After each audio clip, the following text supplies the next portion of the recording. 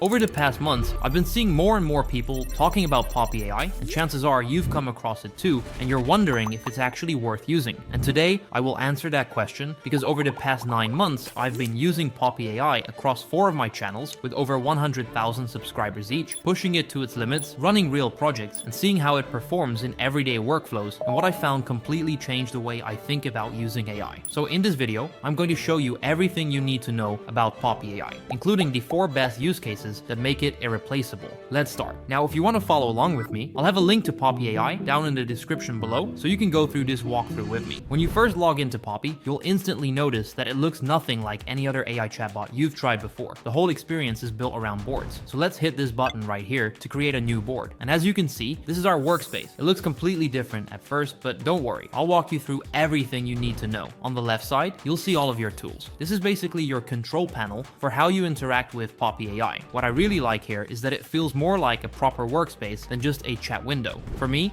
that makes it way easier to stay organized when I'm juggling projects across multiple channels. At the very top, you've got AI chat. This is the actual chat where most of your conversations will happen. And later in this video, I'll show you how this one feature already changes the way you work. Next, you have social media content. This is where you can bring in content directly from YouTube, TikTok, LinkedIn, or even Facebook ads. You also have a dedicated Facebook ads section if you're focused on running campaigns there. Then there's recordings where you can upload pre-recorded files or even record voice memos directly. You have images, pretty straightforward, and text where you can add text documents. Annotation is great for simply writing notes on the board, helpful for labeling or titling different sections of your workspace. You can also add websites, create mind maps that the AI will actually interpret, upload documents, and finally, manage groups. Now this may look overwhelming at first, but it's actually way simpler than a normal chatbot. Instead of being stuck with one tiny prompting window like ChatGPT, you now have a flexible, visual workspace that makes everything more interactive, more creative, and ultimately easier once you learn the flow.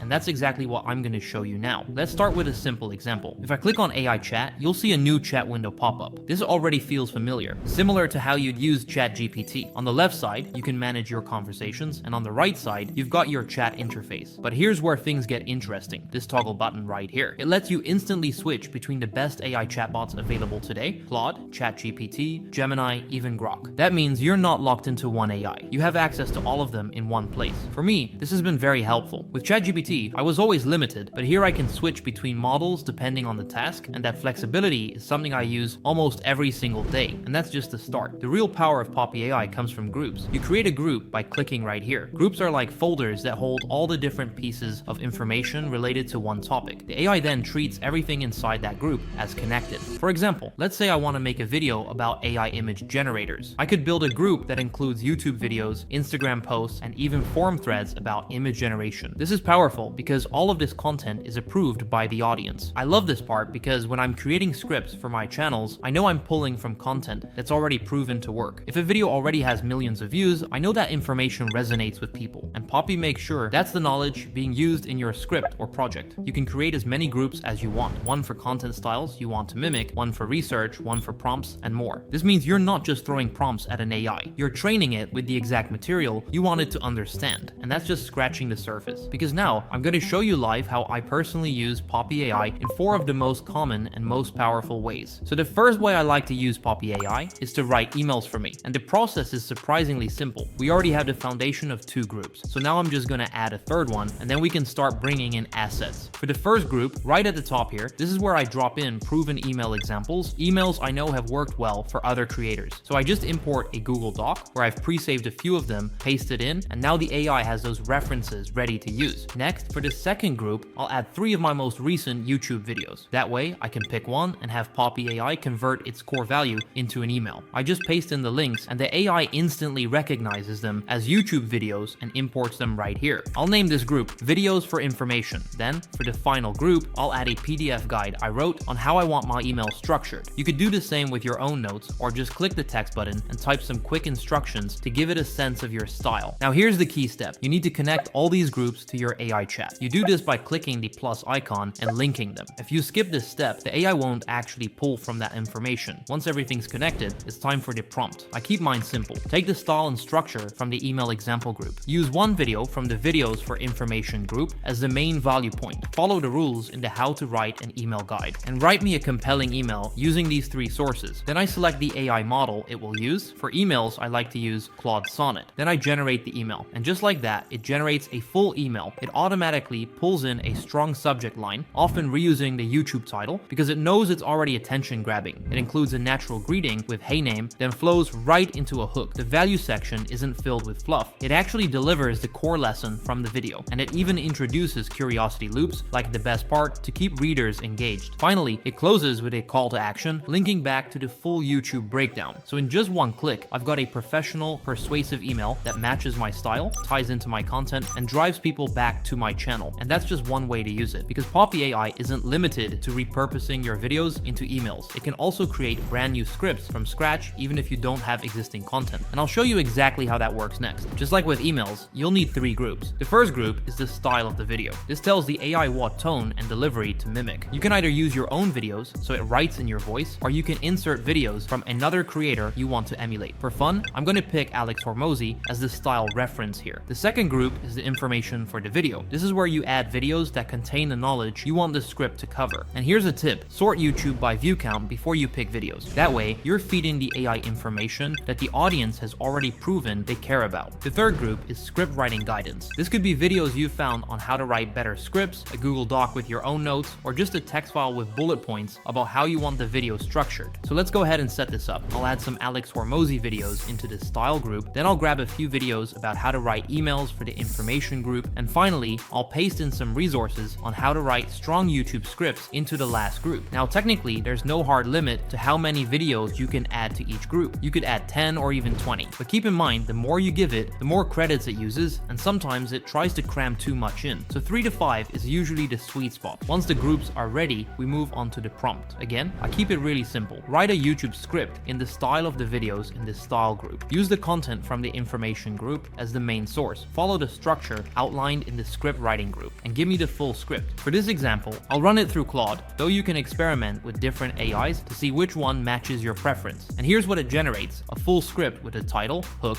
intro, context, and main content. Now, does the hook sound exactly like Alex Hormozi? Probably not word for word, but it's shockingly close. It mimics his style and energy really well. The intro flows naturally, and the body includes strong tactics and actual useful points, not just fluff. Then it even wraps up with a call to action that makes sense for keeping viewers engaged. One more thing, at the end, it provides a word count, estimated runtime, and a breakdown of the style. I really like this because if you've ever tried writing scripts with other AI tools, you know they usually cap out way too short, but here, I actually get a full-length video I can use. And if you've ever generated scripts with other AI tools, you know they often fall short. They cap out at around 4 to 5 minutes of content. But here, I've got a script that runs 8 to 10 minutes long. That's not only enough to get your video monetized with mid-roll ads, but it's also long enough to deliver genuine value to your audience. But that's only one piece of what it can do. Because Poppy doesn't stop at emails and YouTube videos, it goes even further. So if you create Instagram or other short-form content, Poppy can be used here too. Now, making short-form videos works almost the same way as YouTube. You'd simply swap out the YouTube assets for Instagram ones, and you'd instantly have a short-form video script. But here's where it gets more interesting. You can also use Poppy AI to create a full Instagram story sequence. Here's how you'd set it up. First, I created a group with an asset on how to write effective Instagram story sequences. In this case, I just grabbed a video from YouTube. Next, I built a group with a bunch of proven story sequences. I had them saved in a Google Doc, so I uploaded that here. Then I added a group with a YouTube video that could serve as an angle for the sequence. Finally, I included a group with some general guidelines, things like using social proof, pacing, and conversion triggers. The prompt was simple. Use the content from the story content group as the base. Follow the rules in the Instagram story writing guide. Look at the example sequence group to match pacing and flow, and pull from the information group for things like social proof. Make the final sequence designed to convert viewers into signing up for the email list. And here's the result. It generated a complete sequence that matched exactly what the YouTube guide described. Each slide had a clear purpose, whether it was the hook, the credibility piece, the solution, or the urgency. It even added in elements like social proof and a call to action that felt natural for Instagram stories. What stood out to me here is how quickly this turns scattered ideas into a clear sequence. Instead of staring at a blank screen, wondering what to post, you instantly have a full storyline laid out step by step. That's why Poppy AI works so well for short-form creators. It doesn't just save you time, it removes the hardest part of the process, figuring out what to say and how to structure it. And even though I don't personally make Instagram content, I've seen how much creators struggle with keeping up with daily posting. If I did run short form, this would be the tool I'd lean on, just to save the headache of constant planning. But here's where it gets really exciting. I don't don't just use Poppy AI to create content. I actually use it as my coach, my creative partner, and even as a kind of second brain. And the workflow for making Poppy act as your second brain is surprisingly simple. First, I create a new group and drop in a text box. Then I paste in a special prompt, which I've linked down in the description below. What this prompt does is tell Poppy AI how to pull from the other groups and combine everything into the most valuable advice possible for whatever problem I'm working on. So let's take an example. Let's say I want to start a business, and for that, I need to build a website. For this, I'll create group 1. Inside this group, I can throw in all my rough thoughts. By clicking the microphone on the left, I can literally rant out loud and have it saved here. I can paste in notes, add TikToks I've found on the topic, drop in forums, blogs, or reels, basically anything that represents the messy brainstorm I have in my head. For this case, I'm making a website, so I'll add a couple of reels and even a text box where I just ranted about the topic.